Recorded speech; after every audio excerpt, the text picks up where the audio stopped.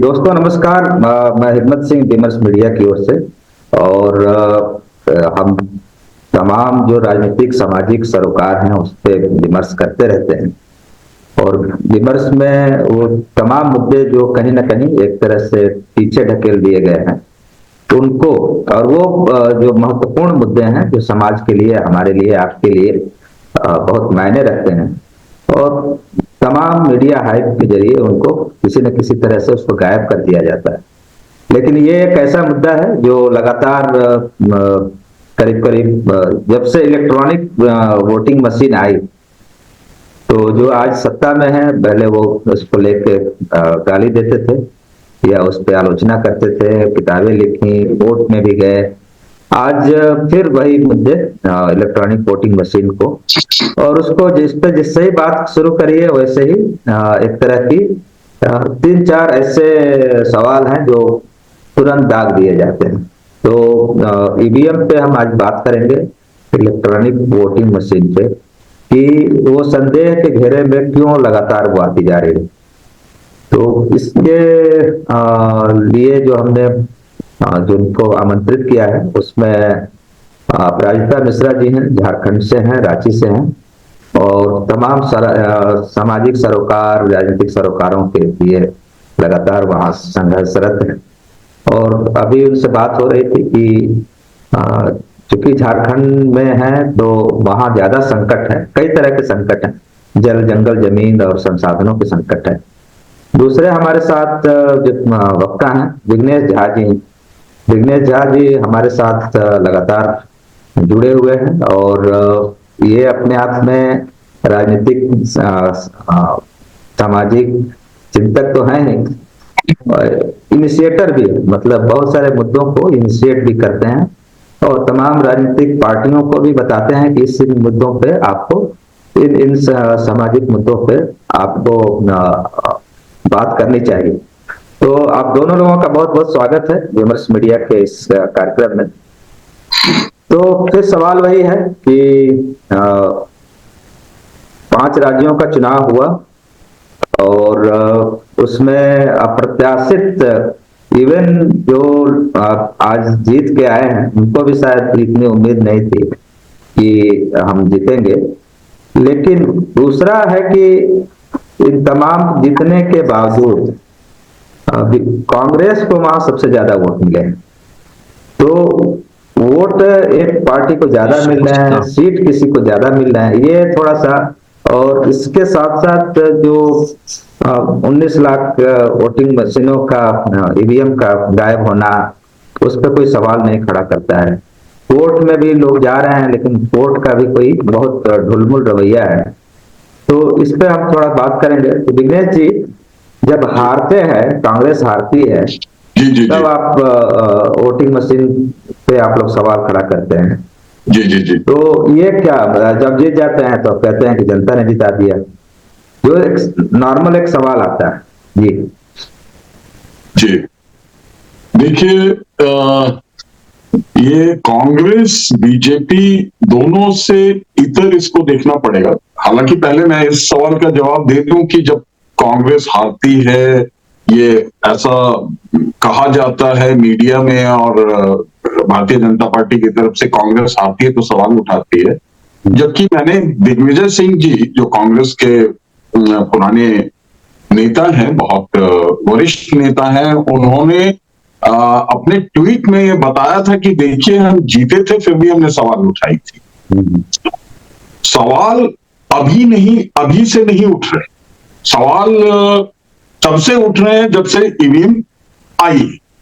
2004 के इलेक्शन में, 2009 के इलेक्शन में, 2014 के इलेक्शन में, 2014 के इलेक्शन में इनफैक्ट नहीं उठा था ये। उसके बाद फिर लगातार हर इलेक्शन में, चाहे वो विधानसभा हो या राज्य या लोकसभा हो, उसमें ये सवाल उठते रहे। अब सिर्फ राजनीतिक दल नहीं, बल्कि एडीआर, जो कि सर्वप्रतिष्ठित, सबसे ज्यादा प्रतिष्ठित संस्थान है सामाजिक और राजनीतिक शोधों और उस पे अपने रिपोर्ट्स देने के लिए जानी जाती हैं और उनके शोध अभी तक कभी भी शक के दायरे में नहीं आए। एडीआर ने ना सिर्फ सवाल उठाए बल्कि वो सर्वोच्च न्यायालय तक गए हैं। हेलो, जी आवाज आ रही है? आ रही जी। वो सर्वोच्च न्यायालय यानी कि सुप्रीम कोर्ट तक पहुंचे हैं इस मामले को लेकर के, और सुप्रीम कोर्ट में उनका मामला लंबित है।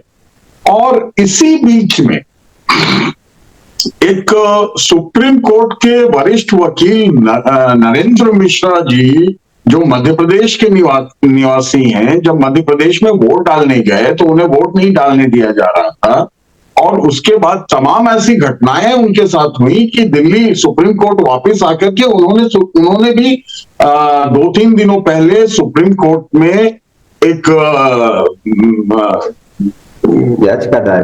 याचिका दायर की है और उन्होंने भी इस पे काफी प्रश्न उठाए। तो ये पॉलिटिकल पार्टीज, राजनीतिक दलों के मामलों से ऊपर उठ करके ये कुछ और मामला हो गया। और इस मामले में ये जो ईवीएम का मुद्दा है, इस मुद्दे के साथ 3-4 और मुद्दे जुड़े हुए हैं, कुछ राष्ट्रीय स्तर पे और कुछ अंतरराष्ट्रीय स्तर पे।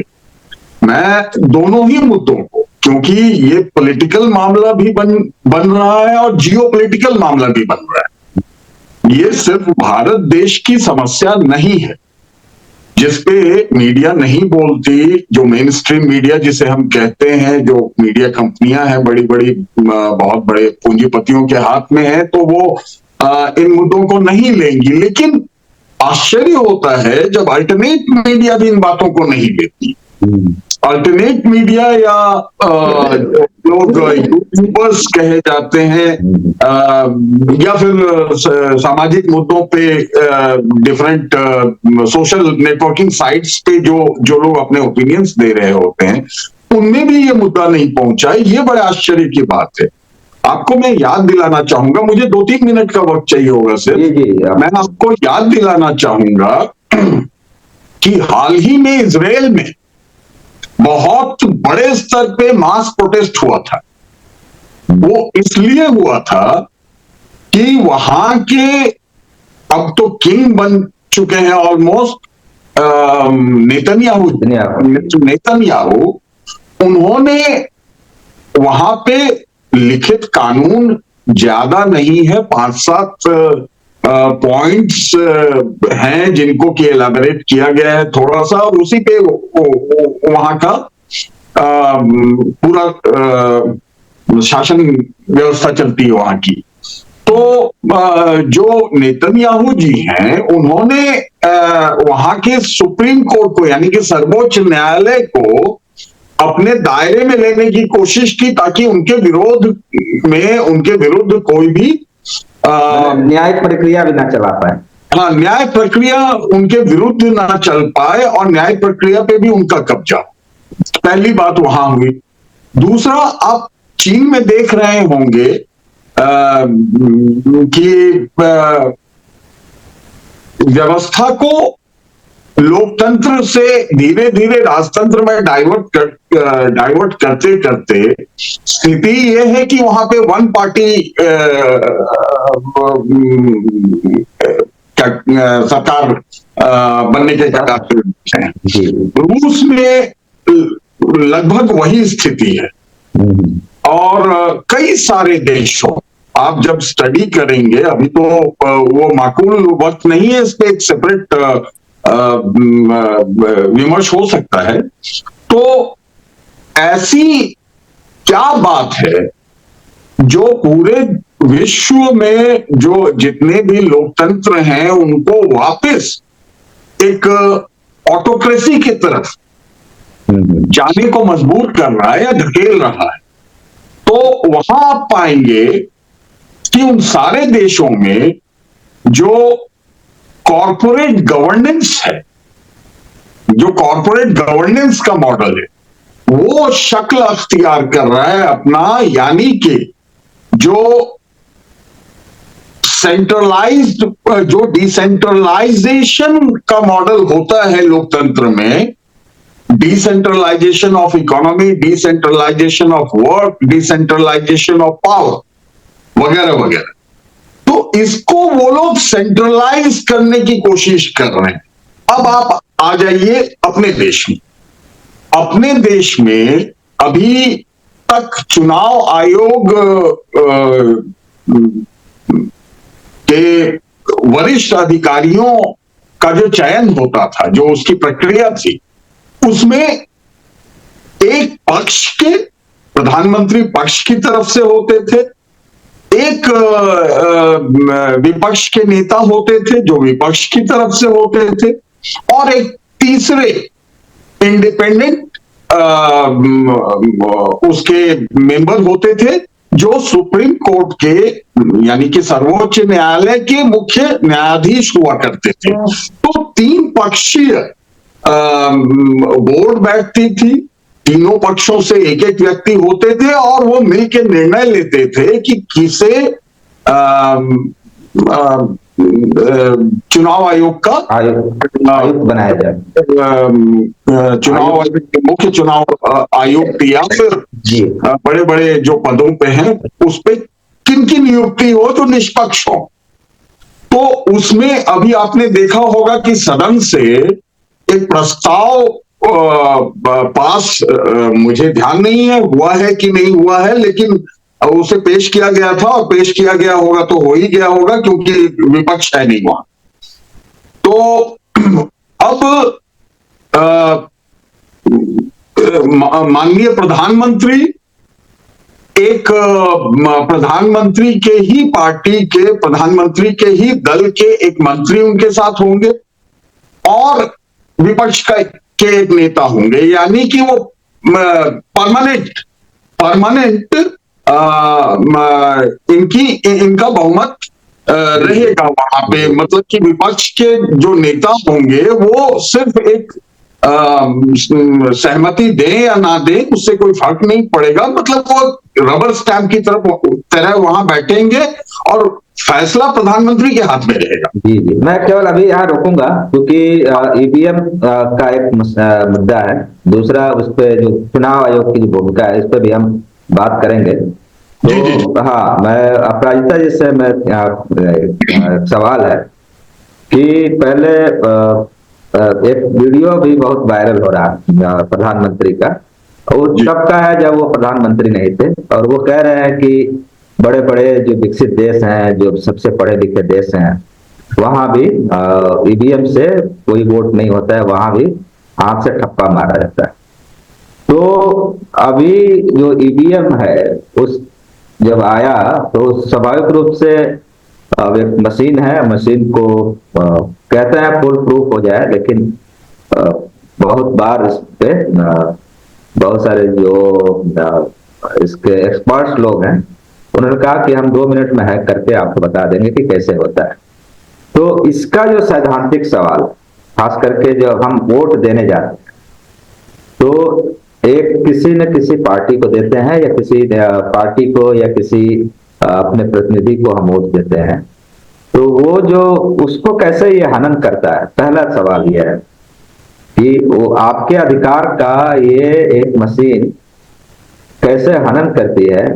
दूसरा कि इसके साथ साथ जो वोट देते थे कागज पे, तो वो तो साल भर 100 साल बाद भी आप गिन लेते थे, ये एक बार डिलीट हो गया, इरेज हो गया, तो फिर पता ही नहीं चलेगा कि कौन किसको वोट दिया था। तो ये जो सैद्धांतिक प्रश्न है इस पे आपका क्या कहना है, और इसको यदि क्या इसका केवल हल इसको इरेडिकेट करना है, इसको हटाना है, या इसमें भी कोई गुंजाइश लग रही है? देखिए, मैं सबसे पहले तो यही कहना चाहूंगी कि ये विश्व का सबसे बड़ा लोकतंत्र कहलाता है भारत, और लोकतंत्र में आरोप प्रत्यारोप का जो एक सिलसिला है, स्वस्थ विपक्ष की जो सिलसिला है, वो एक अच्छे लोकतंत्र का परिचायक होता है।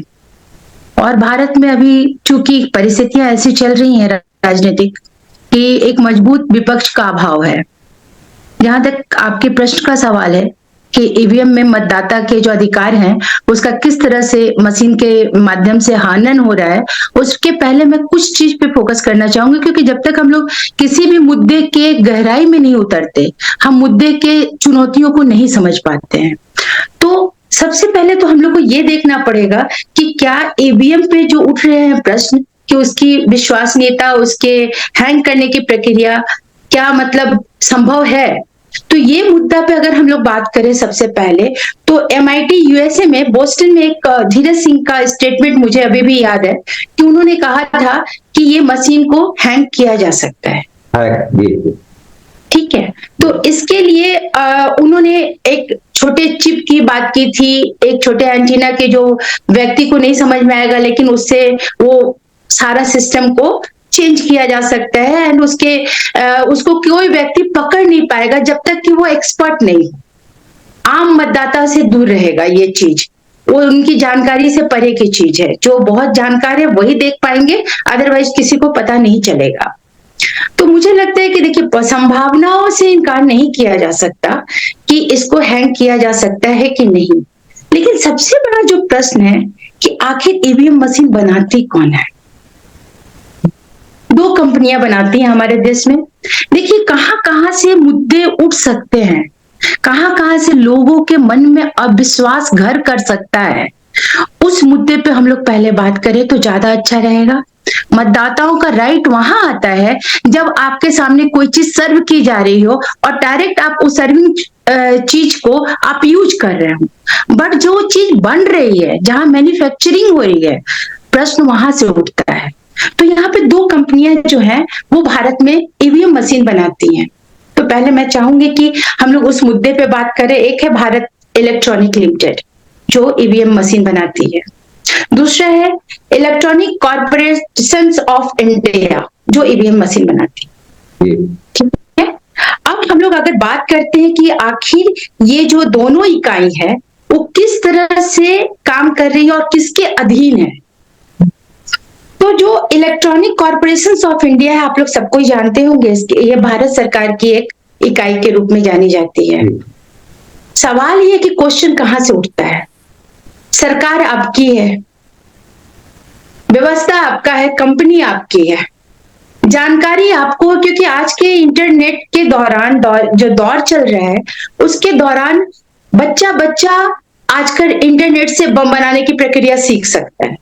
ये बहुत कॉमन चीज है। बच्चा ये जान सकता है कि मशीन कैसे हैंग की जा सकती है, क्योंकि ये आपको यूट्यूब में उसके हैंग करने की सारी प्रक्रिया पब्लिक है। ठीक है, तो मेरे हिसाब से जो एक ये है जो डायरेक्ट है, इनडायरेक्ट जो हमारे सरकार की इकाई ही कही जाएगी भारत इलेक्ट्रॉनिक लिमिटेड, उसमें पूंजीपतियों का बोलबाला, अगर हम उसके निर्देशकों के चुनाव की प्रक्रिया को देखेंगे, शेयर होल्डर्स को देखेंगे जिनको ये पद दिया जाता है, जिसमें स्वतंत्र निर्देशक भी इंक्लूडेड है, तो उसमें आपको एक जगह फिर से सेंध लगता हुआ दिखाई देगा। तो दो व्यवस्थाएं जो सरकार के अधीन है, जहां से मशीन बनती है हमारे पास पहुंचने के पहले, तो अगर हम उस पर बात करें तो पहले सबसे प्रमुख हमको वहां से सेंध नजर आता है, जो जनता को जानना बहुत जरूरी है। जनता को इसलिए जानना जरूरी है कि गवर्नमेंट अगर उनकी है, कोई भी सरकार हो, चाहे वो बीजेपी हो, कांग्रेस हो या अदर कोई सरकार हो, मैं किसी भी सरकार के कार्य की प्रणाली पे क्वेश्चन नहीं उठा रही, मैं आम जनता बुद्धिजीवी वर्ग के मन में उठने वाले प्रश्नों को आपके सामने ला रही हूं। प्रक्रिया को क्यों स्पष्ट और पारदर्शी होनी चाहिए, ये प्रक्रिया में क्यों सुझाव के जो अभी तक बात उठाई जा रही है, इसमें कुछ सुधार की जो बात सुझाव आ रहे हैं उसको क्यों इंक्लूड करना चाहिए, इस पे मैं बात कर रही हूँ। क्योंकि मैन्युफैक्चरिंग जहां से हो रहा है वो सरकार के अपनी अधीन इकाइयों से हो रहा है। अब सरकार जिनकी है वो उस इकाइयों को यूज कर सकते हैं। आपको पता होना चाहिए कि कोई भी पावर जो है, पावर को कहां तक कोई यूज कर सकता है, पॉलिटिकली, सोशली एंड इकोनॉमिकली, ये हम लोग सभी कोई जानते हैं। आम जनता इस तथ्य से वाकिफ है कि क्या विषय को मोड़ा जा सकता है। तो विषय जब वही जहां से बन रही हो, जब बच्चा जन्म रहा हो, तो वहीं से अगर उसमें कुछ गड़बड़ी कर दी जाए तो एक आम जनता जो अपने अधिकारों के लिए अभी तक संघर्षरत है, मैं चूंकि सोशल एक्टिविस्ट हूं इसलिए मैं इस बात पे आपको जोड़ दूंगी कि समाज में अधिकतर जो तबका है हमारा समाज का, वो अपने अधिकारों से वाकिफ नहीं है। वो क्या ईवीएम मशीन के टेक्निकल पार्ट्स को जान पाएगा अगर उसमें पारदर्शिता नहीं रहेगी। खुद बुद्धिजीवी वर्ग का एक बहुत बड़ा समूह इस बात से अभी तक वाकिफ नहीं होगा कि जहां से ये बनती है वो सरकार की इकाइयां हैं। तो बात ये है कि जो सामान हम दे रहे हैं पब्लिक को चुनाव के नाम पे, जिसकी पारदर्शिता अभी बहुत जरूरी है, जिसमें सुधार के जो भी प्रस्ताव आ रहे हैं उसको इंक्लूड करना बहुत जरूरी है, उस पे हम लोग को गंभीरता से विचार करने की आवश्यकता है। जी जी, बहुत बहुत धन्यवाद। और हाँ, मैं विघ्नेश जी दो अब इनके अपराजिता जी के से दो चीजें निकल के आई हैं। एक तो जहां से स्रोत है, जहां से मतलब गंगोत्री निकलती है, तो गंगोत्री में ही यदि कुछ कर दिया जाए, जहर डाल दिया जाए या भांग डाल दिया जाए, तो फिर उसका असर मैंने पूरे के पूरे लोकतंत्र पे ही पड़ेगा। अब तो पहले एक सवाल है कि जो कुछ भी है, लोकतंत्र है, चुनाव भी होता है, हारना जीतना तो एक उसका एक दूसरे पहलू है। मैं केवल ईवीएम पे मैं आना चाह रहा हूं कि यदि इस प्रक्रिया को यदि जारी रखा गया तो और कितना डैमेज करेगा। दूसरा कि इसके लिए बीच बीच में कुछ सुझाव सुप्रीम कोर्ट ने दिए थे, वो वीवीपैट का, कि वो लगाइए, लेकिन वीवीपैट की कोई गिनती नहीं होती है। तो कहीं माने इसके जरिए पूरा का पूरा इलेक्शन हाईजैक तो नहीं कर लिया जाता है। पहले तो होता था कि बूथ कैप्चरिंग होती थी, तो फिर से दोबारा मतदान हो जाता था, जहां जहां संभावनाएं होती थी या जो भी हो, या जब जो दबंग होता था कर लेता था। लेकिन कहीं अब एक जगह एक फैक्ट्री में बैठ के ही ये सारा कुछ तय हो जाए, तय कर दिया जाए, तो अब तो मतलब कोई संभावना ही नहीं बची हुई है।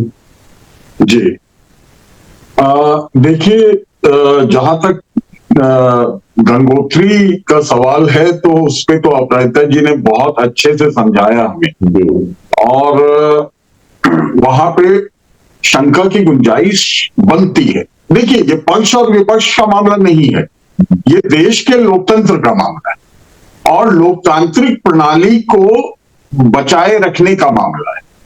तो एक तो अपराजिता जी ने इसके स्रोत और जो प्रश्न उठ रहे हैं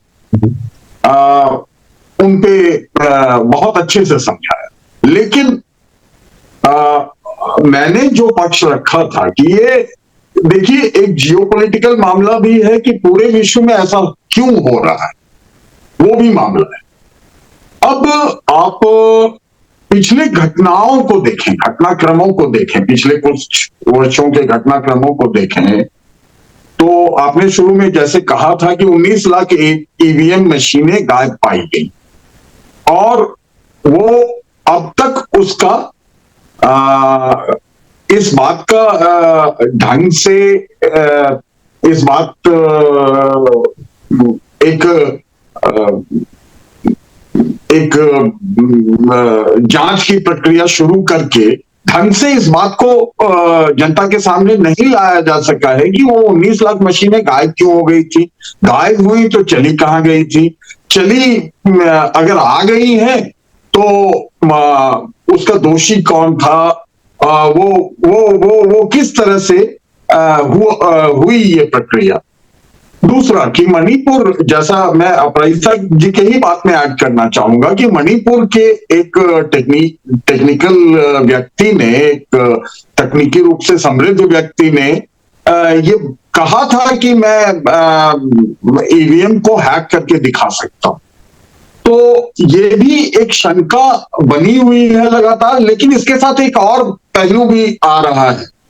बहुत लार्ज स्केल पे, बहुत बड़े स्तर पे ये सवाल उठ रहे हैं कि जहां पे सत्ताधारी पार्टी चुनाव जीतती है, वहां चुनाव की प्रक्रिया पूरी होने और जो काउंटिंग की प्रक्रिया है उसको शेप लेने के बीच में हफ्ते, 2 हफ्ते, 3 हफ्ते का वक्त रहता है, जिसमें ईवीएम मशीनों के बदले जाने की भी गुंजाइश होती है। देखिए, ये प्रश्न उठ रहे हैं जनता से, तो इन प्रश्नों को भी हमें लेना पड़ेगा ताकि जो शंकाएं हैं वो निर्मूल साबित कर सके चुनाव आयोग। अच्छा, दूसरी बात यह है कि एक शायद वो मेरे दिमाग से निकल गया, एक बहुत ही महत्वपूर्ण कुछ था। तो ये जो शंकाएं हैं, इसके निवारण के लिए जो चुनाव आयोग है उनको एक ठोस कदम उठाने की तो आवश्यकता है ही, ये दिख रहा है। और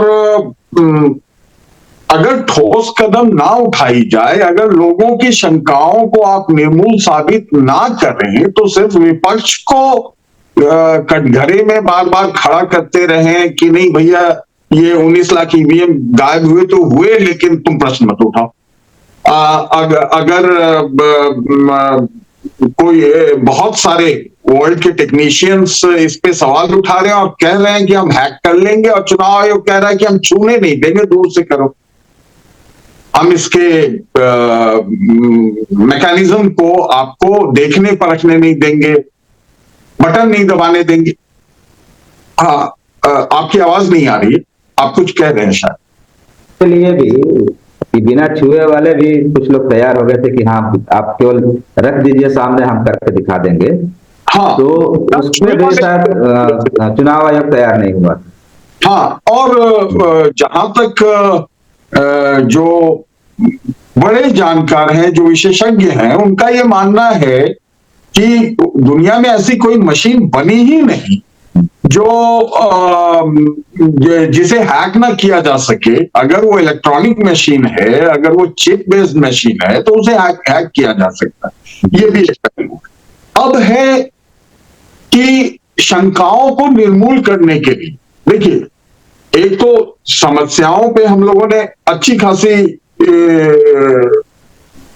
खासा विमर्श किया, लेकिन एक फौरी तौर पर और एक लंबे समय के लिए दोनों तरह के समस्याओं के इस समस्या से निवारण के लिए दोनों तरह के जो रास्ते हैं उन पे भी हम चर्चा करें। तो मेरे ख्याल से जो इंडिया गठबंधन है विपक्ष का की पार्टियों ने मिलकर बनाया है, तो इंडिया गठबंधन ने एक सजेशन दिया चुनाव आयोग को, जिसपे कि चुनाव आयोग का कोई रिएक्शन नहीं आया। वो सजेशन ये दिया कि आप जो वीवीपैट पर्चियां उन स्लिप्स को आप पहले तो मतदाता को देख लेने दीजिए ताकि वो संतुष्ट हो जाए, और फिर मतदाता उसको बैलेट बॉक्स में डाल दे देख के, ताकि उसकी काउंटिंग हो सके। तो जो प्रोसीड्योर है वो और थोड़ा सा फेयर हो जाए। लेकिन इस पे अभी तक चुनाव आयोग का रिएक्शन नहीं आया, ना ही उन्होंने सहमति दी है। तो देखिए, इसीलिए मैंने कहा कि ये जो जियोपॉलिटिकली चल रहा है और जिस तरह से इलेक्शन कमीशन अब पूरी तरह से जो भी सरकार बनेगी, जो भी सरकार बने, जिस पार्टी की भी सरकार बने, उसके प्रधानमंत्री के हाथ में एक खिलौना होंगे। तो जो निर्णय प्रधानमंत्री का होगा वही निर्णय मुख्य चुनाव आयुक्त का होगा, जिस तरह की प्रक्रिया में डाला जा रहा है। तो ऐसे में चुनाव आयोग की और जिम्मेदारी बढ़ जाती है कि वो जनता की शंकाओं का निवारण करे। और हालांकि मैं तो एक कदम आगे बढ़ के बोलना चाहूंगा कि जब हम पेट्रोल पंप पे पेट्रोल लेने जाते हैं और कार्ड से पेमेंट करते हैं, तो उसमें से 2 पर्चियां निकलती। एक कॉपी होती है जो पेट्रोल पंप अपने ऑडिट के पर्पस के लिए रखता है, और एक ऑडिट और एक प्रति होती है जो खरीदार है उसे मिलती है, वो अपने ऑडिट के काम में लेता है। तो 2 प्रतियां उसकी निकलती है। बहुत महंगा मशीन तो है नहीं, छोटे छोटे दुकानदार भी रखेंगे। तो क्यों ना अगर चुनाव आयोग को अपनी निष्पक्षता,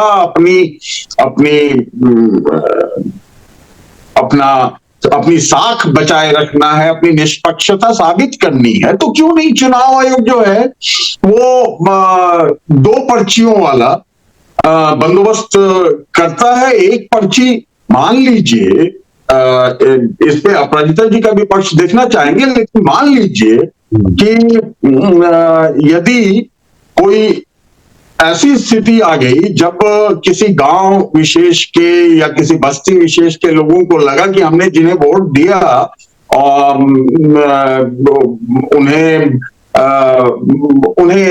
वोट वहां पे आता हुआ दिख नहीं रहा है, तो अगर उन्हें किसी न्यायिक प्रक्रिया में जाना हो तो वो क्या प्रस्तुत करेंगे न्यायपालिका के पास कि देखिए हमने मिलकर के इतने लोगों को ने मिलकर के एक पर्टिकुलर पार्टी को वोट डाला था और वो वोट्स जो हैं वो उनके खाते में नहीं दिख रहे। तो इसको और भी प्रक्रिया को और भी आप जिसे कहते हैं पारदर्शी बनाने के लिए मेरे ख्याल से चुनाव आयोग को 2 पर्चियों वाला बंदोबस्त करना चाहिए अभी। अच्छा, इसमें ये नहीं करने की कोई वजह अगर होती हो, चुनाव आयोग के पास होता हो, तो बताएं कि ये वजह है जिस वजह से हम नहीं कर सकते, ताकि उस पे भी जनता अपना फैसला ले कि हाँ भाई चुनाव आयोग सही बोल रही है कि लोगों को उनके दिए गए वोटों का सबूत देना जरूरी नहीं है। जी एकदम सही कह रहे हैं अपराजिता जी। विघ्नेश भाई से 2 चीजें, एक तो आपने कहा कि सवाल गंगोत्री पे ही खड़ा करने का है जी। दूसरा सवाल खड़ा कर रहे हैं चुनाव आयोग के गठन को लेकर जी, जो एक था कि निष्पक्ष कोई एक संस्था होगी जो बिना किसी का पक्ष लिए काम करेगी, लेकिन अब वो निष्पक्षता भी वो हाँ, तो अब ऐसे में अब किसी तरह के लोकतांत्रिक प्रक्रिया तो मतलब अब तो संदेह से परे तो मतलब पहले भी नहीं था, लेकिन अब तो और ज्यादा जटिल हो गया। तो कोई और रास्ता निकलता दिख रहा है या? और तीसरा कि कोर्ट ने भी बहुत ज्यादा इसके ऊपर बहुत ढुलमुल सा रवैया, जहां से अंतिम हम उम्मीद करते हैं कि वो मिलेगा, न्याय मिलेगा, लेकिन वहां भी ढुलमुल सा एक दिखता है। ऐसे में क्या जनता क्या करे? देखिए, मुझे लगता है कि इस समय सरकार को भी बहुत ज्यादा अपने छवि को लेकर के, अपनी प्रक्रिया को लेकर के पारदर्शिता को अडॉप्ट करना चाहिए। उनको सबके सामने इस चीज को रखना चाहिए, क्योंकि जब भी कोई गवर्नमेंट बन रही हो और इतनी ज्यादा बहुमत से आगे बढ़ रही हो तो उनको सावधानी बरतने की जरूरत होती है, क्योंकि लोकतंत्र जैसा जो विषय है, जो हमारे देश की जान है लोकतंत्र, उस पे कहीं ना कहीं इस टाइप की जो पार्टियां आगे बढ़ रही है, एकल पार्टी आगे बढ़ रही है, उसको भी सावधानी से अपने कार्य प्रणाली को पारदर्शिता की जरूरत है, जो पब्लिक समझ सके कि जो उनका चुनाव हो रहा है उसका प्रोसेस, उसकी प्रक्रिया, उसका जो परिणाम वो किस तरह से उनके हित में जा रहा है, उसमें पारदर्शिता की बहुत ज्यादा जरूरत है। विघ्नेश जी की बात मुझे बहुत सही लगी कि अगर आप पेट्रोल पंप पे भी जाते हैं तो आप उसकी रसीद को दो रूप में देखना चाहेंगे। एक जो आपके पास रहे, जिसको आप देख सके कि आपने कितना लिया, और एक जो आपके पेट्रोल पंप अपने पास रखता है।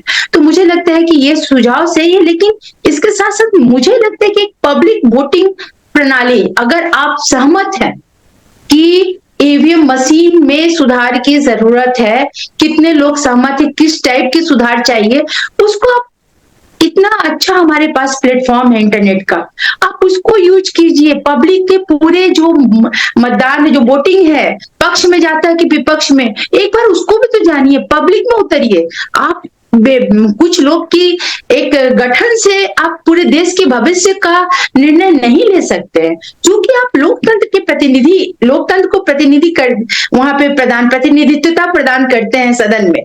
तो क्या आपको ये पता होना चाहिए कि क्या प्रतिनिधि ही सारा डिसीजन ले ले? एक बार जब कंफ्यूजन का समय हो, जब विवाद का समय हो, जब इस तरह की समस्याएं उठ रही हो, तो आप एक बार पब्लिक के बीच में तो जाइए, आप उसको पब्लिकली ओपन कीजिए वो लिंक को कि कितने लोग उसमें सुधार के लिए इच्छुक है और चाहते हैं कि बदलाव हो। देखिए, प्रॉब्लम ये नहीं है कि गवर्नमेंट आगे बढ़ रही है या गवर्नमेंट को लोग सपोर्ट कर रहे हैं, लेकिन ये भी सच्चाई, बहुत बड़ी सच्चाई है कि ग्रामीण क्षेत्र में लोग कहेंगे कि मैं तो इस नेता को वोट दिया ही नहीं, ये कैसे बन गया, हमारा पूरा का पूरा गांव इसको नहीं पसंद करता है। तो सवाल सिर्फ बुद्धिजीवी और पढ़े लिखे वर्ग का नहीं है, सवाल ईवीएम मशीन पे एक अनपढ़ का भी है।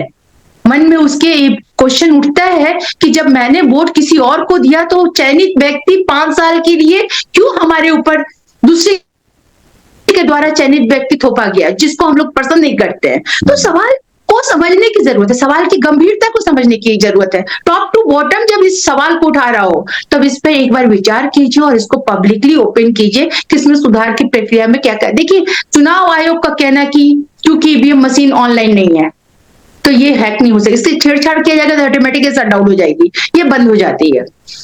जब आप उसको, उसके कमियों को बैठ के डिस्कस नहीं कीजिएगा, वन वे कम्युनिकेशन कीजिएगा, तो क्या ये लोकतंत्र का परिचायक है? आप पब्लिक के विचारों को सुनिए, उसको एक्सेप्ट कीजिए, उसके हिसाब से अपनी चीज को इम्प्रूव कीजिए। हमेशा कम्युनिकेशन 2 वे होना चाहिए। 1 वे कम्युनिकेशन देश को निरंकुशता की तरफ बढ़ाता है, लोकतंत्र की तरफ नहीं। ये हमारे लिए बहुत जरूरी है, ये जानने के लिए जनता को। जी विघ्नेश जी, आपके सवाल से मतलब आपने कहा कि भाई 2 वे प्रोसेस होना चाहिए, मतलब 2 वे मतलब एक तो उसके पास रहे ईवीएम के या बॉक्स में पर्ची जाए, एक पर्ची आपके पास है, लेकिन जो चुनाव की जो गोपनीयता है और उसमें भी कोशिश ये रहती है कि जो कमजोर वर्ग के लोग हैं उनको प्रोटेक्ट करने के लिए ही इस तरह का मतलब एक प्रणाली ले आई गई कि कोई देख ना पाए कि कौन किसको वोट दिया है। यदि पर्ची उनके हाथ में होगा और छीन के दबंग लोग कुछ गड़बड़ कर दे, ये संभावना ज्यादा रहती है। सर पहले ये होता था, पिटाई उटाई हो जाती थी, या इवन अब तो ये भी कहा जा रहा है कि तुमने तो वोट नहीं दिया तो हम काम नहीं करेंगे तुम्हारे।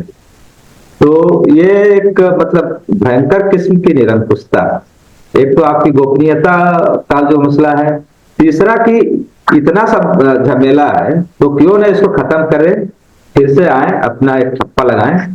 वो कम से कम आज नहीं तो 100 साल बाद, 10 साल बाद यदि गड्डी रखी होगी तो उसको गिना जा सकता है कि कौन कितने वोट पड़े थे। जी जी जी, हाँ, आपने 2 पहलू, आगे और सवाल ले लूंगा, पहले ये 2 पहलू बहुत महत्वपूर्ण, इसलिए मैं इस पे करना चाह रहा हूँ कि पहला प्रश्न आया गोपनीयता। देखिए, जो 2 पर्चियां निकलेंगी, तो बैलेट बॉक्स में चली जाएंगी। एक तो बैलेट बॉक्स में चली जाएंगी जो आप कह रहे हैं कि उसे 100 साल तक भी प्रिजर्व करके रखा जा सकता है, तो एक चली जाएंगी बैलेट बॉक्स में जो प्रिजर्व रहेंगी। दूसरी जो प्रति है वो मिलेगी उसे जो वोट डाल रहा है, यानी कि उसकी गोपनीयता बरकरार रहेगी। और जहां तक बात है बैलेट प्रक्रिया पे आने की, तो बैलेट की लूट वाला जो प्रश्न है वो जो भी पार्टी सत्ता में रहेगी वो उसको मौका मिल जाता है ये बताने का और इसको बहाने के तौर पे यूज करने का कि बैलेट बॉक्स की लूट होती थी और गोपनीयता नहीं। अच्छा, दूसरी बात ये भी है कि वो प्रक्रिया फुल प्रूफ नहीं था, और अब जब हमने ये चुना और चुनाव आयोग इस बात पे दृढ़ है, रिजिड है कि भाई हम ईवीएम से ही चुनाव करवाएंगे, तो कम से कम उसके साथ वीवीपैट जोड़ना और उससे स्लिट के माध्यम से वोटर को संतुष्ट करना, ये तो उनकी जिम्मेदारी है। तो इस जिम्मेदारी को वो कैसे नकारते हैं या क्यों नकारते हैं, इस बात को समझना जरूरी होगा हम लोगों के लिए। ये लोकतंत्र का मामला है, किसी भी दल का मामला नहीं है। जब बीजेपी प्रश्न उठाती थी तो कांग्रेस सत्ता में थी, आज कांग्रेस प्रश्न उठा रही है तो बीजेपी सत्ता में है। जो क्षेत्रीय दल हैं वो भी सवाल उठाते रहे हैं। अखिलेश यादव जी के बहुत सारे ट्वीट्स आए हैं, बहुत सारे स्टेटमेंट्स भी आए हैं, और भी पार्टी के नेताओं के ट्वीट्स और स्टेटमेंट्स आए हैं। तो क्यों ना चुनाव आयोग अपनी निष्पक्षता को सबसे पहले साबित करे और बताए कि हाँ, हम निष्पक्ष हैं, और जो लोग भी इस पर प्रश्न उठा रहे हैं वो राजनीतिक मोटिव से उठा रहे हैं, राजनीतिक भावनाओं से प्रेरित हैं। तो इस तरह की एक संतुष्टिजनक इस तरह के लेकिन इस पे एक सवाल तो खड़ा हो रहा है ना कि मैंने चुनाव आयोग को चुनने की जो प्रक्रिया है, जी जी जी, जो पहले आप बताए थे कि किस प्रक्रिया के तहत वो चुना जाता है, जी जी, अब जब वो चुना गया है, जिस बॉस ने जिसको उसको जगह दिया है, तो वो बॉस के खिलाफ कैसे जाएगा, पहला तो सवाल। जी, तभी मैंने कहा कि ये निष्पक्षता अब चुनाव आयोग को नहीं, अब देश के जो कर्ता धर्ता है, जो प्रधानमंत्री हैं, उन्हें साबित करनी है। जी, तो प्रधानमंत्री जी अपराजिता जी, प्रधानमंत्री क्यों चाहेंगे कि हम चुनाव हार जाए?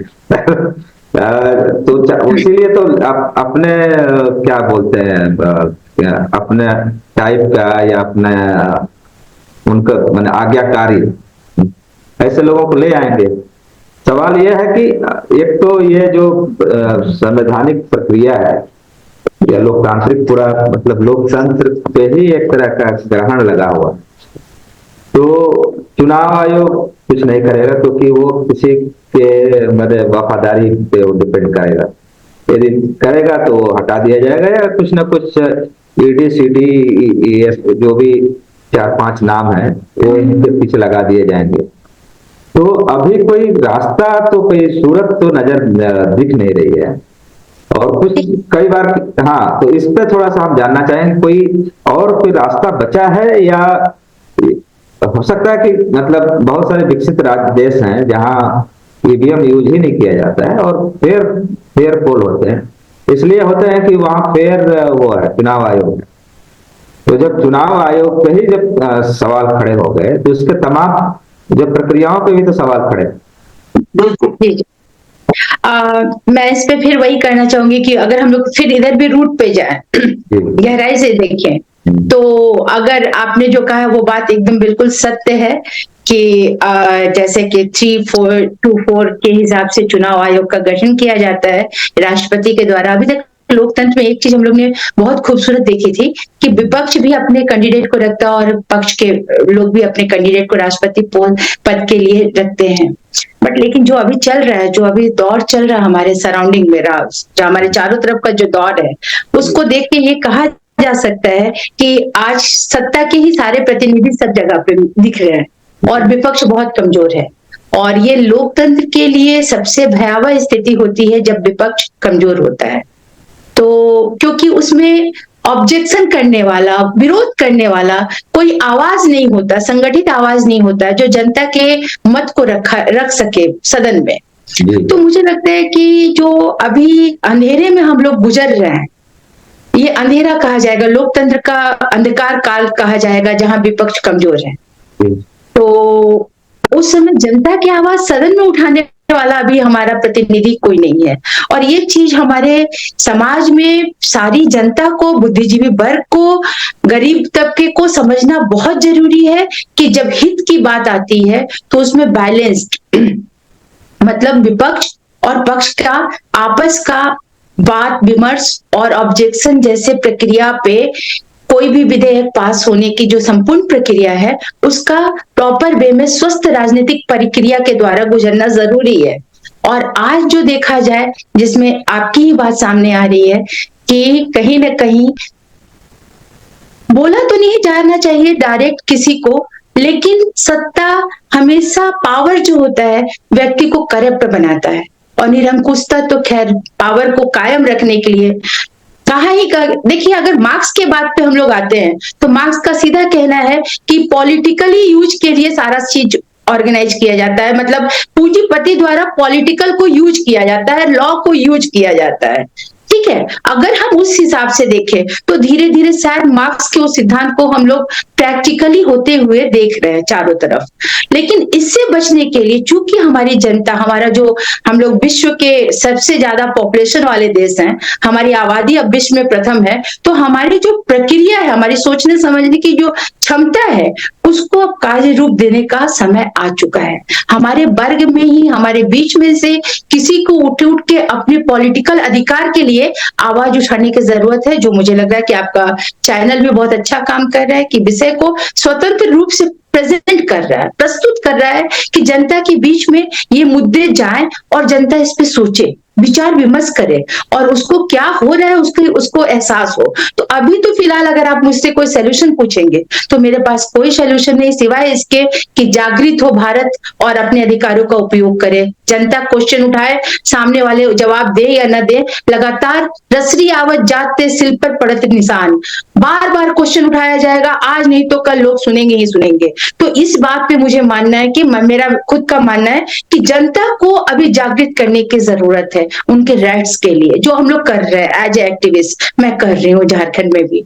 मेरा यही कहना है कि जब तक आप नहीं उठेंगे, कोई आपको, एक माँ भी तभी बच्चे को दूध पिलाती है जब वो रोता है, कभी हंसते हुए बच्चे को दूध पिलाते जबरदस्ती देखा है आपने? नहीं। जब तक जनता नहीं आवाज उठाएगी, लोग, कुर्सी सत्ताधारी व्यक्ति अपने विचार में उनके अधिकारों को सम्मिलित नहीं करेगा। तो इसलिए ये बहुत बहुत बहुत सही सवाल आपने उठाया, लेकिन अभी इसमें विघ्नेश जी से मैं रखूंगा, फिर आपसे भी राय लूंगा।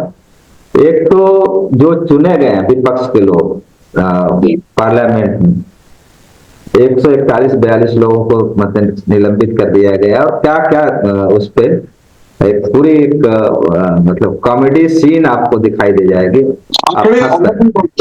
जी जी जी जी, वो मैंने हास्यास्पद सा पूरा एक माहौल बना दिया। वो उनके, जिनको जनता ने कहा कि आप को हम भेज रहे हैं विपक्ष की भूमिका में जाएंगे, वहां मतलब वहां एक मामला है। दूसरा यह है कि अब चूंकि राजनीतिक प्रक्रिया में इतने सारे मतलब इफ एंड बट्स लग गए हैं, या इतने पैबंद, इतने मैंने उसमें क्या बोलते हैं, हाँ, तो अब वो एक बड़ा उस पर हम नहीं जाएंगे। दूसरा यह है कि जो अपराजिता जी ने कहा कि अब हमें जनता के बीच में जाना है और उनको बताना है कि अब आपका लोकतंत्र, या आप जहां हैं, या आपकी आवाज जो भी है वो खत्म हो रही है, तो जनता ही कुछ सोल्यूशन करेगी। ये तो बहुत बड़ी बात है, और लोकतंत्र का मतलब ही यही।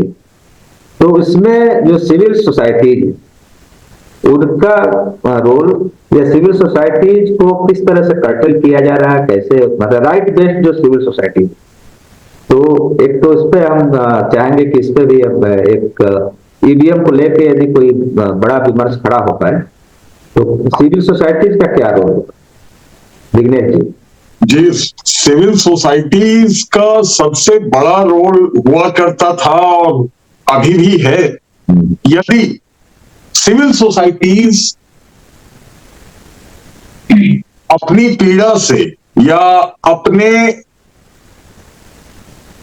परिस्थिति से जूझते हुए, मैं क्यों बोल रहा हूं ये शायद अपराजिता जी भी जान रही होंगी और आप भी जान रहे होंगे, इस पे सेपरेट विमर्श की जरूरत है।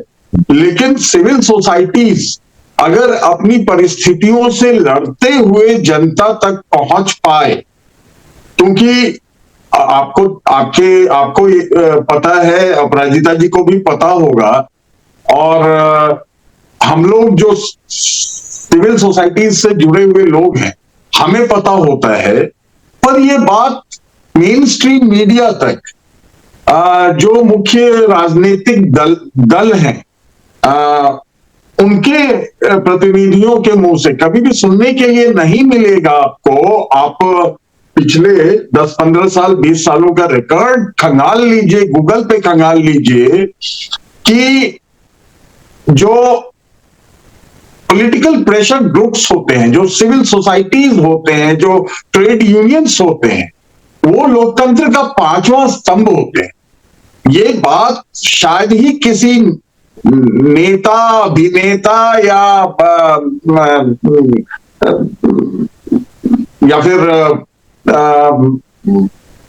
मेन स्ट्रीम मीडिया या फिर अल्टरनेट मीडिया, वहां भी इस बात की चर्चा नहीं हुई है, या फिर मेरे संज्ञान में नहीं आई है अब तक कि ऐसी कोई चर्चा होगी।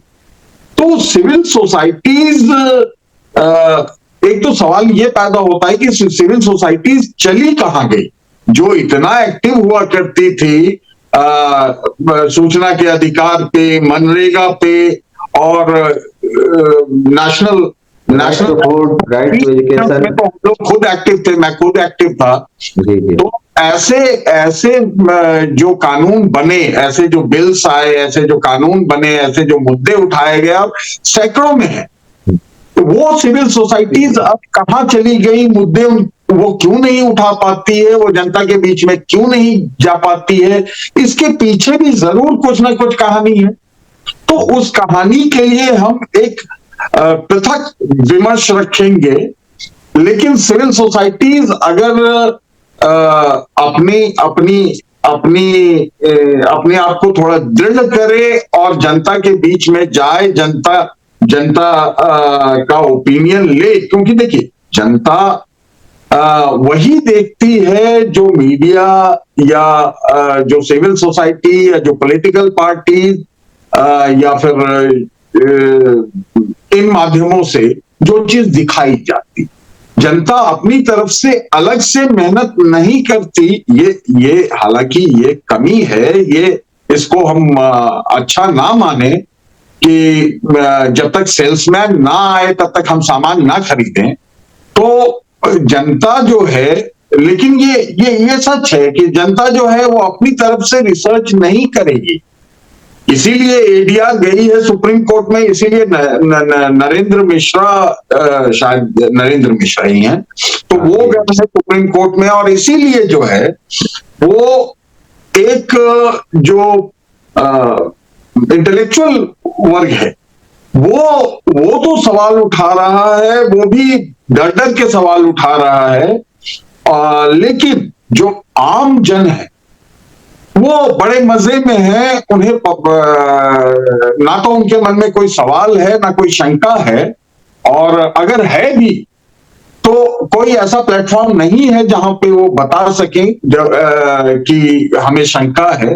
जैसा कि अपराजिता जी ने भी पॉइंट आउट किया था कि जनता के बीच में चुनाव आयोग को भी जाना चाहिए, अगर वो खुद जा सकती है तो, या फिर सिविल सोसाइटीज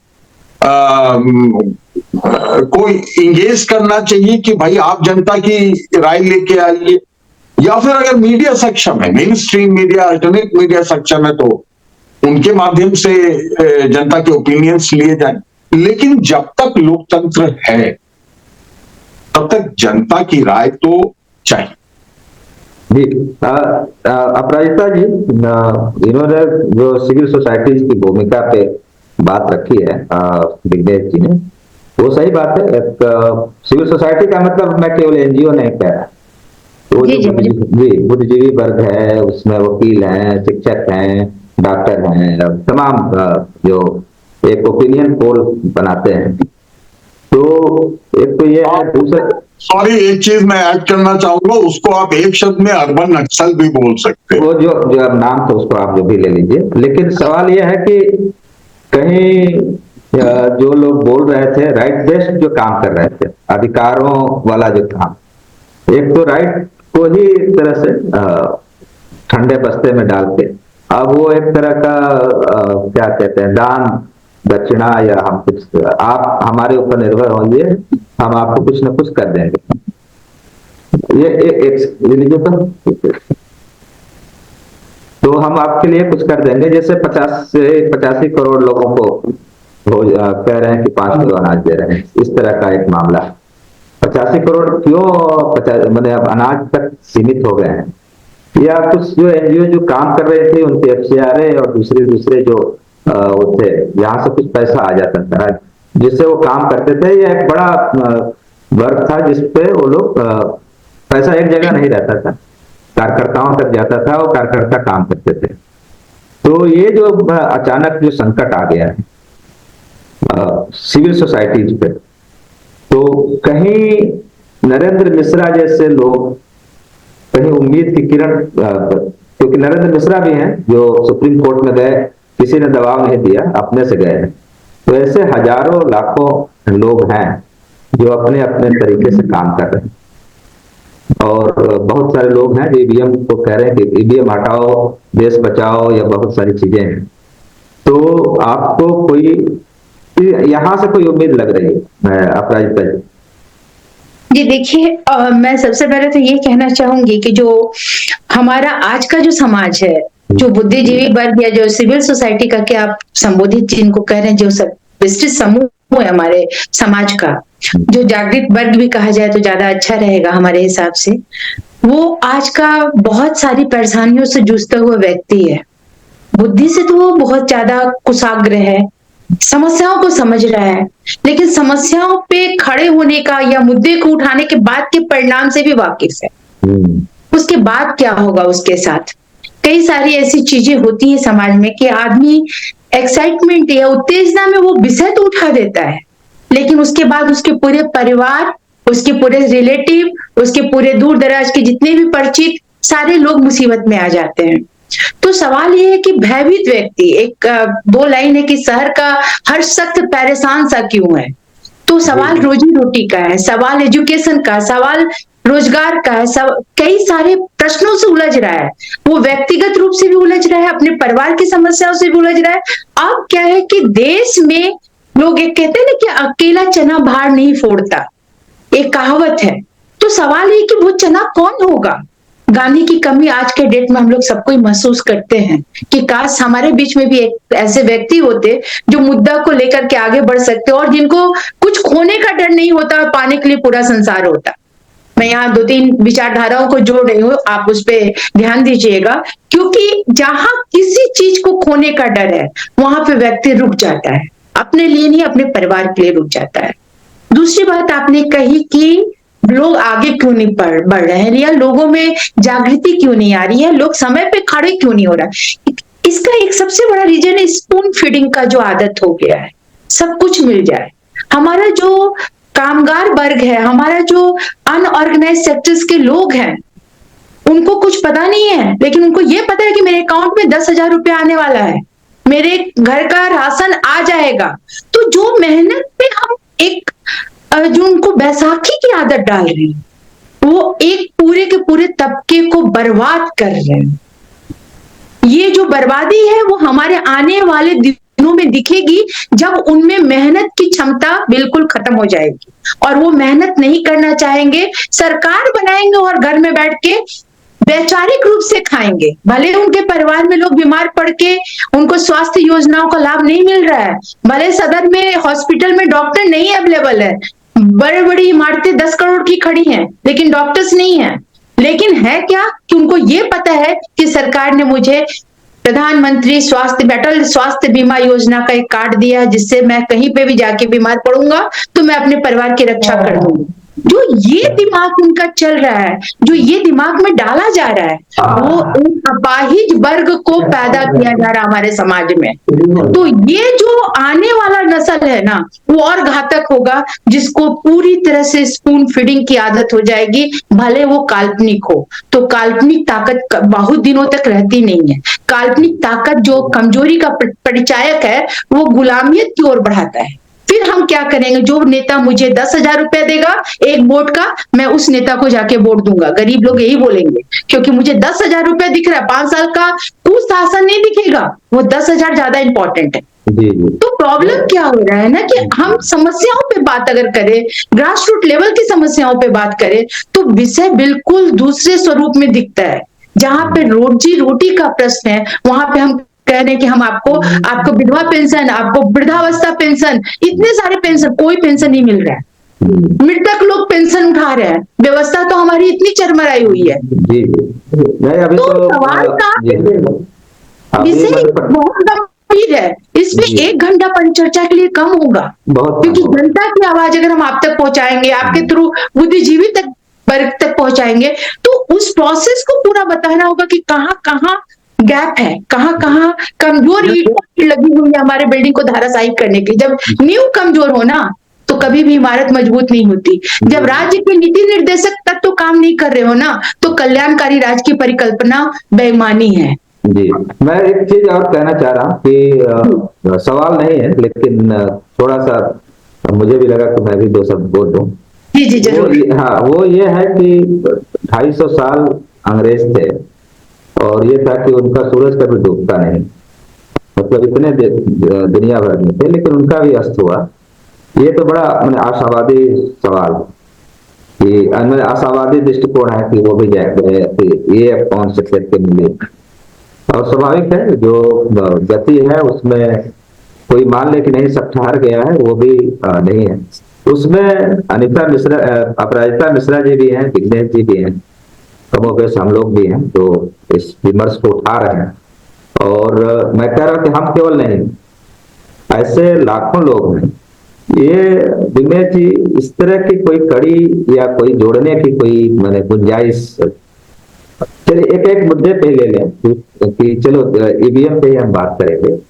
तो ऐसे मुझे लगता है कि हर गांव में कोई ना कोई 1-2 ऐसे सिरफिरे हम जैसे लोग होंगे जो खड़े हो सकते हैं। तो इसकी कोई गुंजाइश लग रही है अभी फिलहाल? बिल्कुल, देखिए निराशावादी तो होना नहीं, और लोकतंत्र है तो लोग हैं, लोग हैं तो वो जगेंगे, कोई लोग जगेंगे। देखिए अभी जो चीज अपराजिता जी ने कही वो बहुत महत्वपूर्ण है। इनफैक्ट आज अपराजिता जी ने बहुत ज्यादा महत्वपूर्ण, बहुत ही महत्वपूर्ण मुद्दों को उठाया है और उस पे अपनी राय दी है। बेहतर हम लोगों से ये इस जो ये पहलू है, हालांकि ये ईवीएम से अलग का पहलू है, लेकिन इस पहलू पे भी एक परिचर्चा होनी चाहिए कि जो डिजिटल इंडिया है, डिजिटल इंडिया में हम लोगों ने क्या सीखा, उसका क्या मॉडल तय किया और उसका क्या असर हो रहा है जमीन तक। एक तो जिसको प्रधानमंत्री नरेंद्र मोदी जी फ्रीबी कहते हैं और उनकी पार्टी भी जो है फ्रीबी में यकीन करती है, दूसरी पार्टियां भी यकीन करती हैं। तो फ्रीबी क्या होना चाहिए, फ्रीबी किस हद तक होना चाहिए, और आत्मनिर्भरता की तरफ आपका फ्रीबी ले जाने वैसी प्लानिंग आपकी है कि नहीं, कि आपकी फ्रीबी जो है 3 साल 5 साल 7 साल 10 साल में एक इंसान को आत्मनिर्भर बनाने में सक्षम है, तब तो उसका मतलब समझ में आता है। वरना अगर आपको पता है कि आपके अकाउंट में पैसे आ जाएंगे और आप डिजिटल इंडिया में व्यस्त हैं, सोशल नेटवर्किंग साइट्स पे, तो ये डिजिटल इंडिया की कमी है, ये उसका सकारात्मक पहलू नहीं है। तो इस पे एक चर्चा कि डिजिटल इंडिया ने अभी तो आप कह रहे हैं कि जो गड़े मुद्दे जो या गड़े मुर्दे अभी उखाड़ने बाकी हैं। जी बाकी है, और इस डिजिटल इंडिया से हमने अब तक क्या पाया क्या खोया, इस पे भी एक परिचर्चा हो, एकदम होनी चाहिए। और एकदम, और एक इसी बात पे एक सवाल मेरे दिमाग में उभर रहा है, पहुंच रहा है कि ईवीएम के जरिए जो हमारा विमर्श है, और वो सही बात है, ईवीएम केवल एक माध्यम है, मतलब जहां से हम बात शुरू कर सकते हैं, लेकिन बात तो व्यवस्था पे ही आके टिकेगी। बिल्कुल, हाँ, तो व्यवस्था में डेंट पड़ना शुरू हो गया है, क्योंकि मुझे जो उम्मीद कई लोग भी कह रहे हैं कि जिस तरह से अभी 141-42 सांसदों को निलंबित किया गया, तो जब चूंकि आने वाले समय में बमुश्किल 4-5 महीने बचे हैं चुनाव के, तो इतना एडमेंट होके निकाले जाओ, तो कहीं सरकार भी लग रहा है कि तो इतने जीतने के बाद, मतलब इतना कुछ बम्पर वोट, और मोदी है तो मुमकिन है, और मोदी है तो गारंटी है, इसके बाद भी उनको कोई गारंटी दिखाई नहीं दे रही। क्या ये भी कोई संभावना कहीं दिख रही है, या जैसा है वैसे ही चलता रहे? देखिए, इसे दो तरीके से देख सकते हैं। एक तो सरकार का डर उस तरीके से हम देख सकते हैं जिस तरीके से मीडिया देख रही है, जो अल्टरनेट मीडिया है वो देख रही है। लेकिन दूसरा एक और भी पहलू है कि ये जो 141, फिर 3, 144, 45 या 146 जो सांसद निकाले गए हैं, बढ़ता जा रहा है, हाँ, संख्या बढ़ती किया गया है, उस निलंबन के बाद सरकार ने सदन से क्या पाया, क्या हासिल किया? देखिए, यह प्रश्न बहुत महत्वपूर्ण है। उसके बाद 3 बिल पारित हुए। उन 3 बिलों से मीडिया नियंत्रित हो रही है, सोशल मीडिया नियंत्रित हो रही है, जो आम लोग हैं जिन्हें 14 दिनों की न्यायिक हिरासत में भेजा जाता था, उन्हें अब 90 दिनों के लिए भेजा जाए। जो एफआईआर है वो लिखने की जरूरत नहीं है, मौखिक चलेगा। बहुत सारी चीजें हैं उन 3 बिलों में, उन बिलों पे भी चर्चा होनी जरूरी है। तो आप ये देखिए कि जब जब संसद से विपक्षी सांसद निकाले गए ताकि सरकार ये आश्वस्त हो कि वो बिल पास कर लेंगे, तो उस वक्त कौन कौन से बिल आए, उनका विश्लेषण आपको या फिर जैसे मान लीजिए कि को करे कि नहीं, सोशल मीडिया को करना चाहिए। जी जी जी जी, मेरा केवल इतना है कि जब पहले भी बिल पास करा ही लेते थे, वो पूरे संसद में लोग रहते थे तब भी करा लेते थे, क्योंकि वो एक अलग समीकरण वो बना लेते हैं अलग तरीके से। जी। अपराजिता जी, जो मेरा वही सवाल था कि अभी भी कोई नरेंद्र मिश्रा आ जाते हैं, आप लोग आ जाते हैं, विघ्नेश भाई हैं, ऐसे हजारों लोग, लाखों लोग हैं जो आ जा रहे हैं, इनके बीच की कोई कड़ी जुड़ती हुई या कोई जुड़ने की संभावना, तो सिविल सोसाइटी कुछ काम करेगी या केवल चर्चा करके और बैठ जाए? देखिए, प्रॉब्लम क्या है, मैं इस पे 2-3 चीज स्पष्ट कर दूं कि जो आज के डेट में सिविल सोसाइटी पे प्रेशर है ना, वो विघ्नेश जी भी अच्छी तरह से समझ रहे हैं।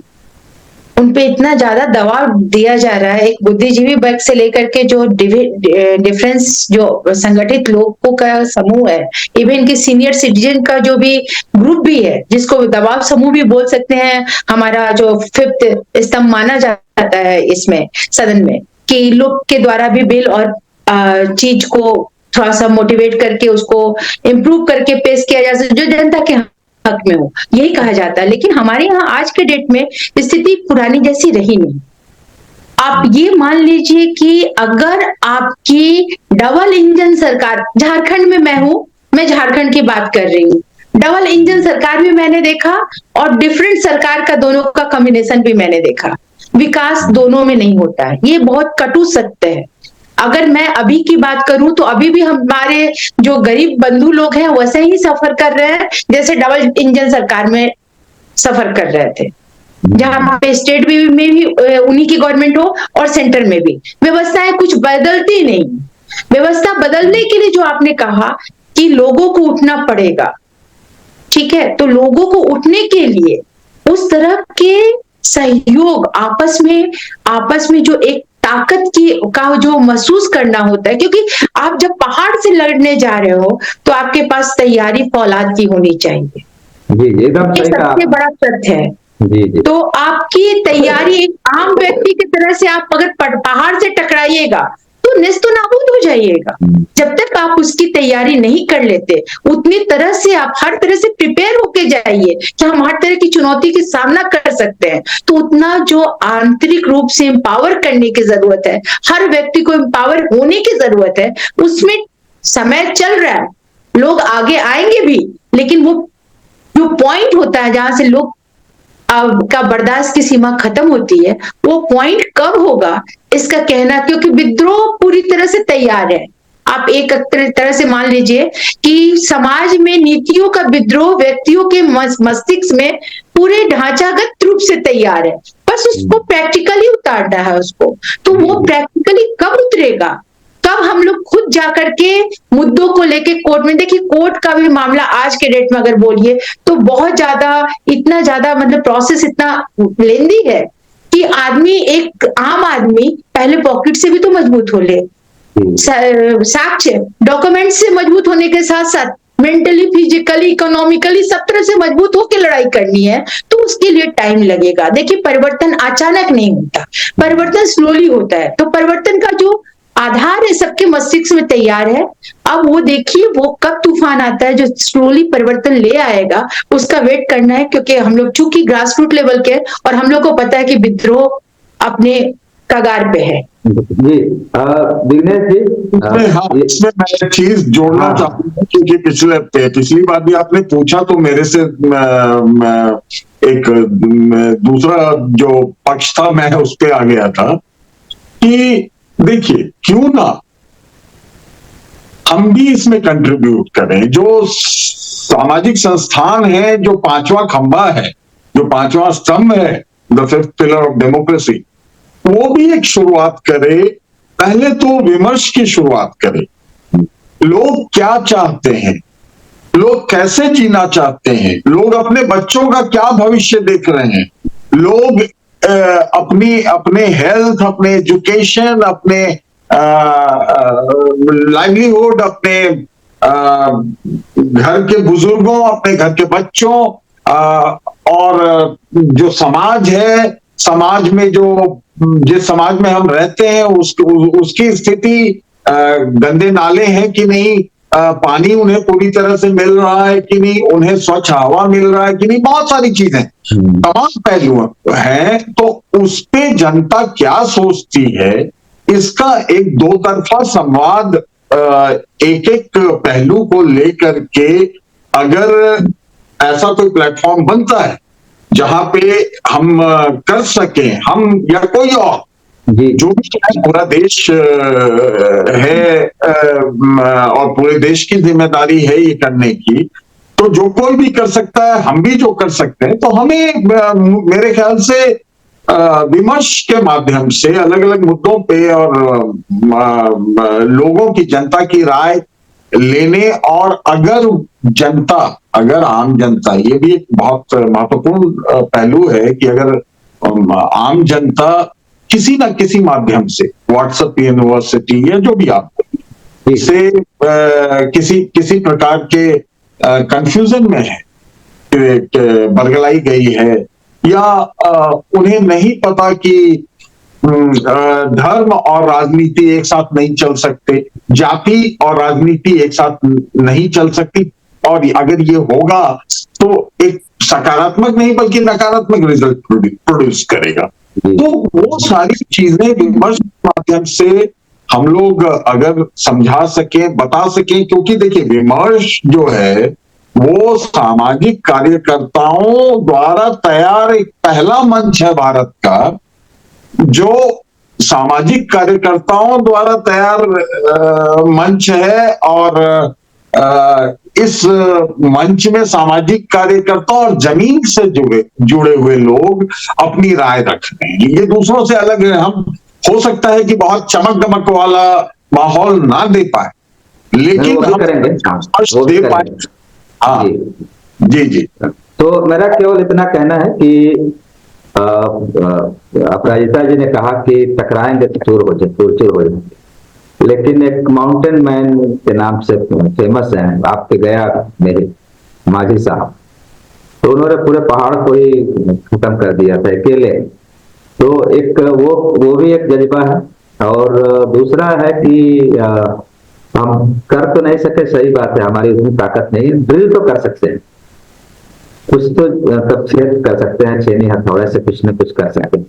तो मुझे लगता है कि यहाँ से एक विमर्श भी उसके साथ खड़ा है और कोशिश किया जाए कि एक कोई बड़ा विमर्श बने। हम ये नहीं कह रहे हैं कि हम बदलाव करते, जो भी है उस पे यदि कुछ लोग कह रहे हैं कि भाई 2.5 किलो अनाज से हम खुश हैं, तो आपको क्या दृष्टि लगे? यदि खुश हैं, खुश रहना चाहिए, इसी के लिए तो अब वो बन रहा है। या कोई कह रहे हैं कि भाई दारू पे बिक रहे हैं, तो कह रहे कि ठीक है, फलाने तो जब MP बन जाते हैं तो 4 करोड़ 5 करोड़ में बिकते हैं, तो जिसकी जितनी हैसियत है उतने में वो बिक रहा है। और एक तो ये है कि ये जो बिकने और खरीदे जाने के बीच में कौन रिसीविंग एंड पे है, वो भी एक पहलू है जिसको तय करना है हम लोगों को, या उस पर बातचीत करनी है। तीसरा कि कोई मजबूरी में बिक रहा है और एक कोई जो है अपने फायदे के लिए खरीद रहा है। इस फर्क को भी हमको जनता के बीच में बताना पड़ेगा कि आप वो नहीं है, आप बार्गेनिंग पावर में नहीं है। ये ठीक है कि कोई आपको दारू दे दिया या वो कर दिया, हमें तो आज तक कोई भी नहीं मिला जो कहा हो कि चलिए लीजिए 500 रुपया और हमारे उसको दीजिए, क्योंकि जानते हैं वो चेहरा देख के मिलता है अहमद भाई जी जी। तो ये जो पूरा जो तमाम मुद्दे हैं, मुझे लगता है कि आज वो कहते हैं कि हमारे यहाँ फुलझड़ी होती थी, इधर भी फेंकता है उधर भी फेंकता है, चारों ओर उसकी रोशनी जाती है, तो वो एक चिंगारी लग गई है। और मुझे लग रहा है कि इससे केवल हम ही नहीं, जो भी एक तो मेन स्ट्रीम मीडिया कहना बंद करना पड़ेगा, मीडिया कहा जाए। मीडिया में भी, क्योंकि वो जो पांचजन्य और जो मेन स्ट्रीम मीडिया है जिसको हम कहते हैं, उसमें कोई फर्क नहीं दिखाई दे रहा। हाँ, ये बात सही। हाँ, तो उस पे हमको भी उस पे नहीं जाना चाहिए कि मेन स्ट्रीम मीडिया है। हम कहें कि हाँ, वो सरकार समर्थक मीडिया और जनता का मीडिया, चौथा हाँ, जनता का मीडिया यदि हम बन पाए और इन तमाम विमर्शों को ले पाए, तो मुझे लगता है कि एक बेहतर शुरुआत हो सकती है।